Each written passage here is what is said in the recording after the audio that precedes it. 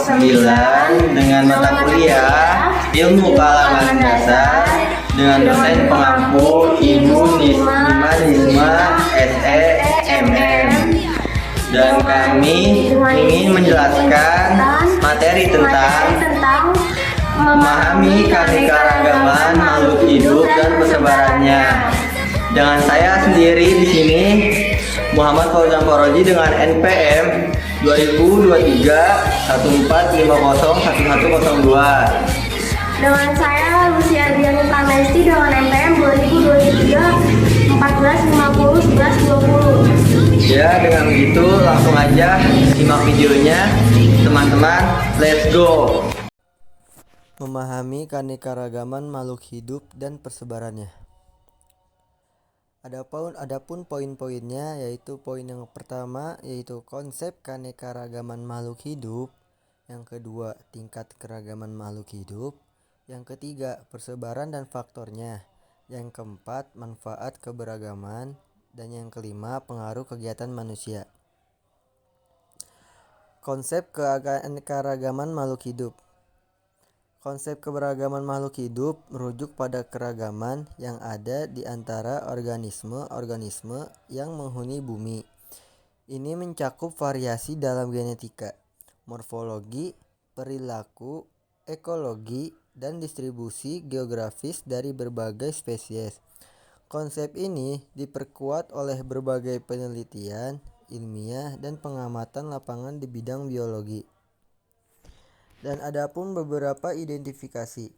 Ada 5 identifikasi. Yang pertama yaitu klasifikasi ilmiah menggunakan sistem klasifikasi ilmiah seperti yang dikembangkan oleh Carl Linnaeus. Organisme dikelompokkan berdasarkan karakteristik morfologi genetik dan evolusioner mereka. Klasifikasi mencakup kingdom, phylum, class, order, family, genus, and species. Dan adapun biodiversitas lokal yaitu memeriksa keanekaragaman makhluk hidup dalam suatu habitat atau ekosistem tertentu. Ini bisa termasuk mengidentifikasi spesies tumbuhan, hewan, dan mikroorganisme yang ada di daerah tersebut. Dan yang ketiga, analisa genetika, memeriksa variasi genetik antara individu dalam spesies yang sama atau antara spesies yang berbeda untuk memahami hubungan kekerabatan dan evolusi mereka. Yang keempat yaitu pengamatan lapangan, yaitu mengamati langsung makhluk hidup di alam liar untuk mengidentifikasi spesies yang ada dan memahami perilaku serta ekologi mereka. Dan yang kelima yaitu analisis mikroskopis, yaitu menggunakan mikroskop untuk memeriksa struktur dan ciri-ciri mikroskopis dari organisme, termasuk sel dan jaringan mereka. Dan keanekaragaman makhluk hidup sangat penting untuk keseimbangan ekosistem dan keberlangsungan kehidupan di bumi. Dengan mengidentifikasi dan memahami keanekaragaman ini, kita dapat lebih baik melindungi dan melestarikan kehidupan di planet kita. Tingkat keberagaman makhluk hidup. Tingkat keberagaman makhluk hidup adalah ukuran dari seberapa banyak variasi yang ada di antara organisme yang memenuhi bumi. Konsep ini mencakup berbagai aspek dari kehidupan termasuk genetika, morfologi, ekologi, dan distribusi geografis. Pemahaman tentang tingkat keberagaman makhluk hidup penting karena menciptakan keseimbangan ekologis, menjaga keberlanjutan ekosistem, dan memberikan manfaat ekosistem yang beragam kepada manusia dan organisme lainnya. Upaya konservasi dan pelestarian alam seringkali bertujuan untuk memelihara dan meningkatkan tingkat keberagaman ini. Ada 5 tingkat keberagaman.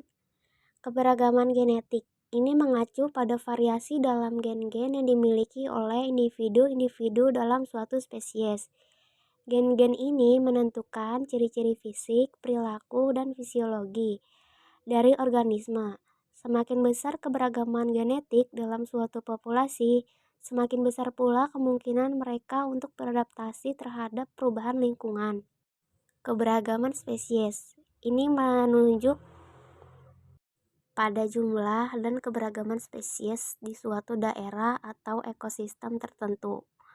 Beberapa ekosistem bisa memiliki ribuan spesies yang berbeda, sedangkan yang lain mungkin hanya bisa memiliki beberapa spesies dominan. Keragaman habitat ini mengacu pada berbagai tipe habitat yang ada di suatu wilayah. Setiap habitat memiliki kondisi fisik dan biotik yang unik, yang mendukung keberagaman spesies tertentu. Keberagaman ekosistem ini menunjukkan pada keberagaman ekosistem yang berbeda di seluruh dunia.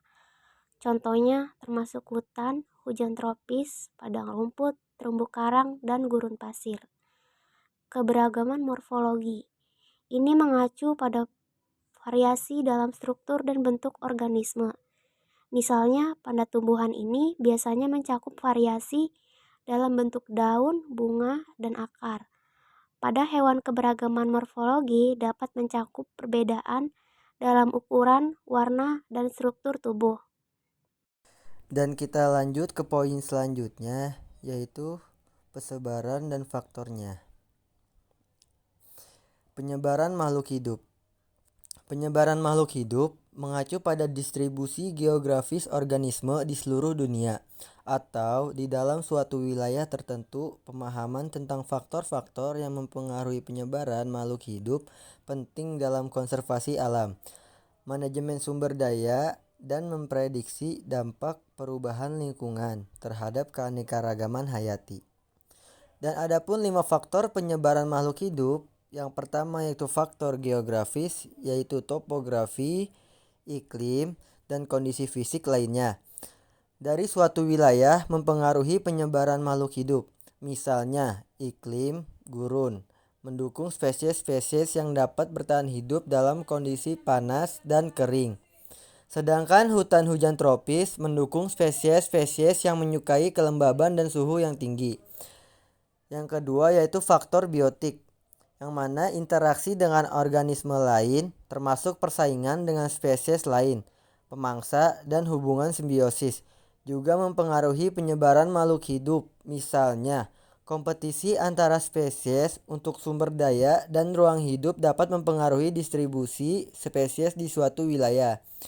Yang ketiga yaitu faktor abiotik, yaitu ketersediaan air, nutrisi tanah, cahaya matahari, dan faktor-faktor abiotik lainnya juga mempengaruhi penyebaran makhluk hidup. Organisme akan menyebar dan berkembang biak di tempat-tempat yang menyediakan kondisi lingkungan yang sesuai dengan kebutuhan mereka. Dan adapun faktor yang keempat yaitu faktor lingkungan, yang mana perubahan iklim, aktivitas manusia seperti deforestasi, urbanisasi, dan polusi, serta peristiwa alami seperti letusan gunung berapi dan gempa bumi dapat mengubah habitat dan mempengaruhi penyebaran makhluk hidup. Dan yang kelima yaitu pergerakan dan imigrasi. Organisme seringkali berpindah tempat untuk mencari sumber daya ruang hidup yang lebih baik, atau untuk berkembang biak. Migrasi dapat mempengaruhi penyebaran makhluk hidup dalam skala lokal maupun global. Manfaat dan nilai keberagaman makhluk hidup. Penghasilan kebutuhan primer atau sekunder, kebutuhan manusia dapat pada dasarnya mencakup sandang, pangan, dan juga papan. Ketiga kebutuhan tersebut dapat dipenuhi dengan keanekaragaman hayati yang ada, mulai dari pangan yang diambil dari buah-buahan dan juga sayuran. Kemudian, sandang dapat memanfaatkan wol, kapas, dan lainnya. Sedangkan papan dapat diperoleh dari kayu, pohon jati, kelapa, dan juga mahoni. Sumber plasma nutfah. Keanekaragaman hayati pada dasarnya dapat dimanfaatkan sebagai sumber plasma nutfah. Pasalnya, keberagaman tersebut akan menyimpan genetik dalam setiap organisme yang hidup, sehingga dapat menjadi bentuk pemuliaan berbagai jenis tumbuhan dan hewan. Manfaat keilmuan. Manfaat keanekaragaman hayati selanjutnya adalah dapat bermanfaat di berbagai bidang keilmuan, sebab setiap makhluk hidup dapat menjadi objek penelitian yang berguna bagi kehidupan manusia. Manfaat ekologi. Komponen ekosistem yang beragam juga dapat berguna dalam kehidupan. Salah satunya adalah hutan hujan tropis. Melalui hutan tersebut, maka nilai ekologi dan nilai lingkungan dapat bermanfaat bagi keberlangsungan kehidupan di bumi.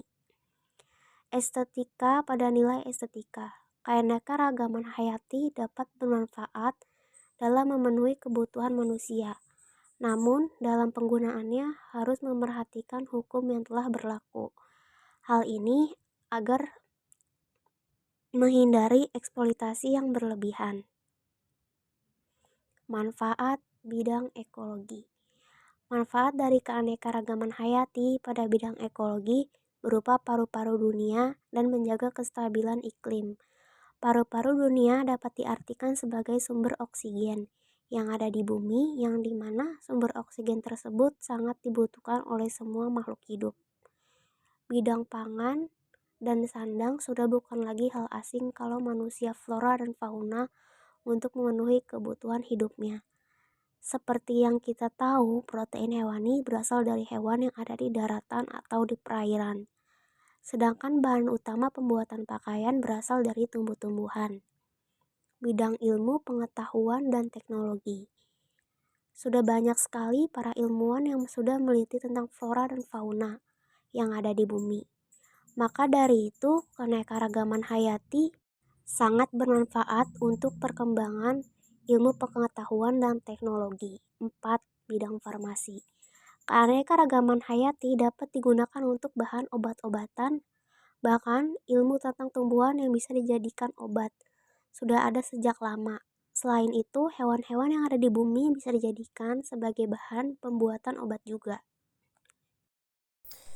Dan kita lanjut ke yang terakhir ya teman-teman, yaitu pengaruh kegiatan manusia terhadap keragaman makhluk hidup.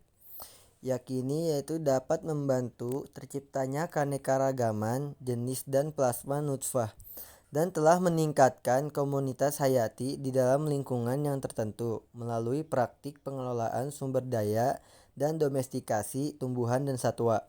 Di sisi lain, manusia juga telah menyebabkan menurunnya mutu keanekaragaman hayati beserta fungsi-fungsi ekologis yang dihasilkannya. Menurunnya mutu keanekaragaman hayati ini dapat dilihat dari laju kepunahan jenis dan viabilitas jenis-jenis yang masih bertahan.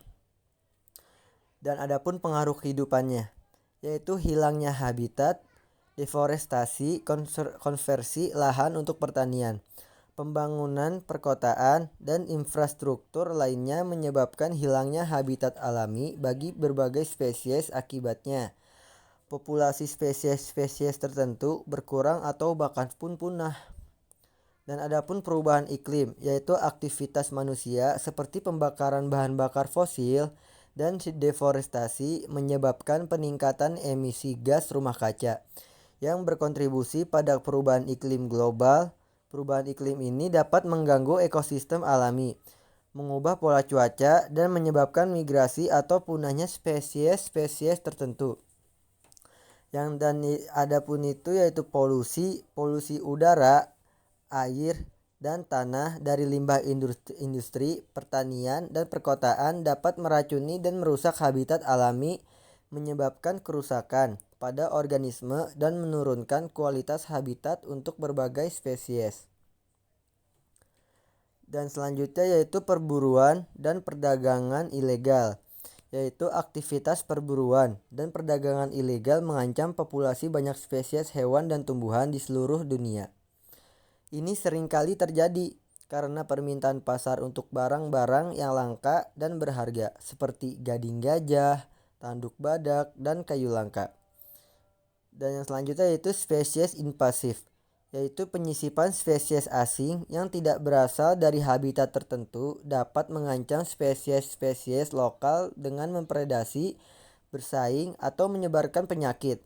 Spesies invasif seringkali diperkenalkan secara tidak sengaja oleh manusia, misalnya melalui perdagangan internasional atau transportasi.